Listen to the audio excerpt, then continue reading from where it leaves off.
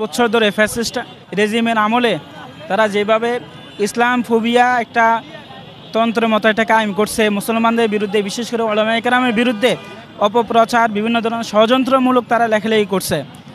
বিশেষ করে এই বিরোধী দলে যে তারেক রহমান, এই তারেক রহমানরে যত ধরনের খারাপভাবে উপস্থাপন করা যায় তত ধরনের তারা চেষ্টা করছে।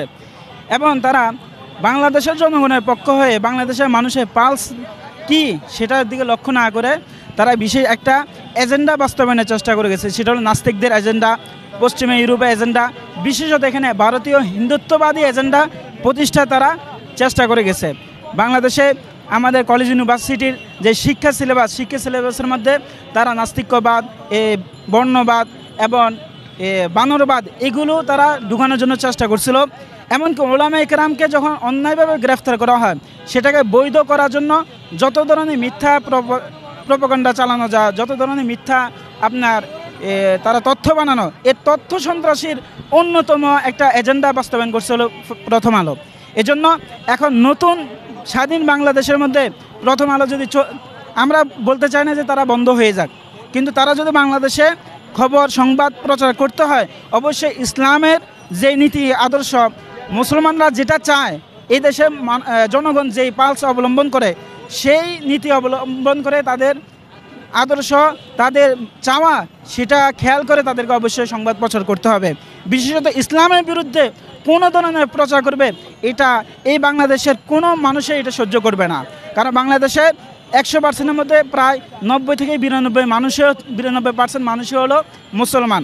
তাছাড়া অন্যান্য যে ধর্মের মানুষ আছে বাংলাদেশে, অন্যান্য ধর্মাবলম্বী যারা আছে এরা যতটা নিরাপদে বসবাস করতেছে বিশ্বের কোনো রাষ্ট্রে এটার প্রমাণ নেই এত শান্তি, এত নিরাপত্তার সাথে তারা সব ধর্মাবলম্বীরা একসাথে মিলেমিশে থাকতে পারতেছে।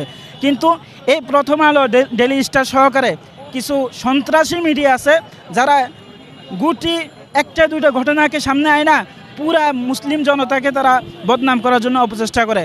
তারা যদি বাংলাদেশের জনগণ হয়ে থাকে, যদি বাংলাদেশে জন্ম নিয়ে থাকে, তাহলে কিভাবে সম্ভব যে এই 90% মানুষের বিরুদ্ধে গিয়ে তারা একটা বিশেষ এজেন্ডা বাস্তবায়নের জন্য তারা মিথ্যার উপরে মিথ্যা প্রপাগান্ডা চালায়। বিশেষ করে ইসলামী রাজনীতি নিয়ে, ইসলামী রাজনীতি করা যাবে না, এই সমস্ত ইসলামের সাথে কোনো রাজনীতির সম্পর্ক নেই, রাষ্ট্রের কোনো সম্পর্ক নেই, এই সমস্ত বিষয়গুলোকে তারা বেশি গুরুত্ব দিয়ে প্রচার করে থাকে। আমরা দেশের জনগণ মিডিয়ার কাছে উদারত আহ্বান জানাবো, আপনারা সত্যের পথে আসেন।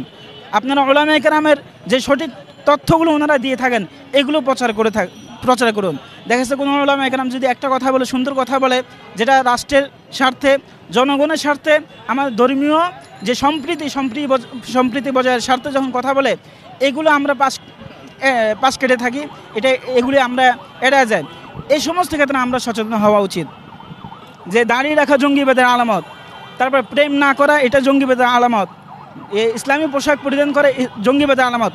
তার ইমানে থাকবে না, সে আর ইসলামের কাতারে থাকবে না, সে মুসলমানে থাকবে না। কেউ যদি বলে যায় দাঁড়িয়ে রাখা জঙ্গিবাদের আলামত, কারণ আল্লাহ নবী সাল্লাল্লাহু আলাইহি ওয়াসাল্লামের দাড়ি ছিল, নবীজির পোশাক ছিল সুন্নতি পোশাক। এরপর আমরা যার বিশ্বাস করি তার আদর্শ লালন করা যদি জঙ্গিবাদী হয়ে থাকে, তাহলে এরা মুসলমান দাবি করে, এরা অন্য ভিন্ন জাতিদের যে পোশাক ধারণ করে, পোশাক পরিধান করে, ভিন্ন জাতের যে আদর্শ লালন করে, এরা তো সবচেয়ে বড় জঙ্গিবাদ হওয়ার কথা ছিল। যদি আমি এক আদর্শের ঘোষণা দিয়ে থাকি আর আদর্শ লালন করে অন্যের, যদি এটা জঙ্গিবাদী হয়ে থাকে, তাহলে সর্বপ্রথম জঙ্গিবাদী বলতে হবে এই প্রথম আলো ডেইলি স্টারের অনুসারী যারা, এদেরকে জঙ্গিবাদী বলতে হবে।